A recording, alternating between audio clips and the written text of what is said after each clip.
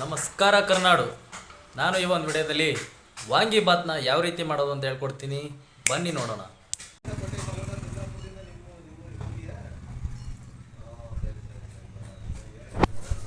ವಾಂಗಿಬಾತ್ ಮಾಡಲು ಬೇಕಾಗಿರುವಂಥ ಸಾಮಗ್ರಿಗಳು: ಮೊದಲಿಗೆ ಬದನೆಕಾಯಿನ ಹೆಚ್ಚಿಕೊಳ್ಳೋಣ.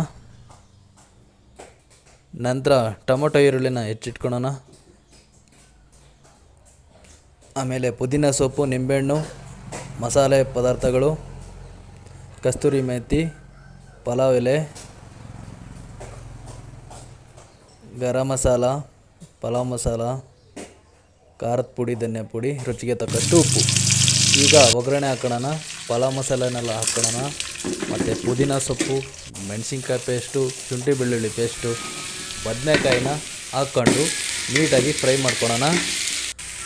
ಈಗ ಟೊಮೊಟೊ, ಈರುಳ್ಳಿ, ರುಚಿಗೆ ತಕ್ಕಷ್ಟು ಉಪ್ಪು, ಸ್ವಲ್ಪ ಅರಿಶಿನ ಹಾಕಿ ನೀಟಾಗಿ ಮಿಕ್ಸ್ ಮಾಡಿ, ಅಳತೆಗೆ ತಕ್ಕಷ್ಟು ನೀರು ಹಾಕಿ ಮಸಾಲೆಯನ್ನು ಸೇರಿಸ್ಕೊಳ್ಳೋಣ.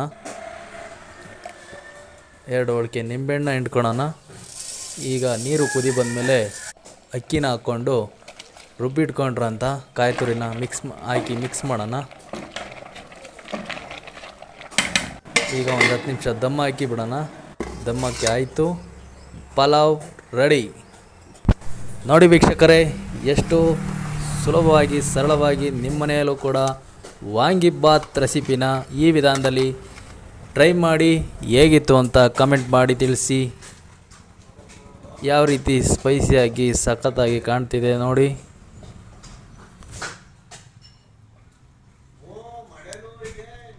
ಧನ್ಯವಾದಗಳು ವೀಕ್ಷಕರೇ. ನೋಡಿದ್ರಲ್ಲ ವಾಂಗಿಬಾತ್ನ ಯಾವ ರೀತಿ ಮಾಡೋದು ಅಂತ. ಇದೇ ರೀತಿಯಾದಂತಹ ಹೆಚ್ಚಿನ ವಿಡಿಯೋಗಾಗಿ ನಮ್ಮ ಯೂಟ್ಯೂಬ್ ಚಾನಲ್ನ ಸಬ್ಸ್ಕ್ರೈಬ್ ಮಾಡ್ಕೊಳ್ಳಿ. ವಿಡಿಯೋ ಇಷ್ಟ ಆದರೆ ಲೈಕ್ ಮಾಡಿ, ಕಮೆಂಟ್ ಮಾಡಿ, ಶೇರ್ ಮಾಡಿ.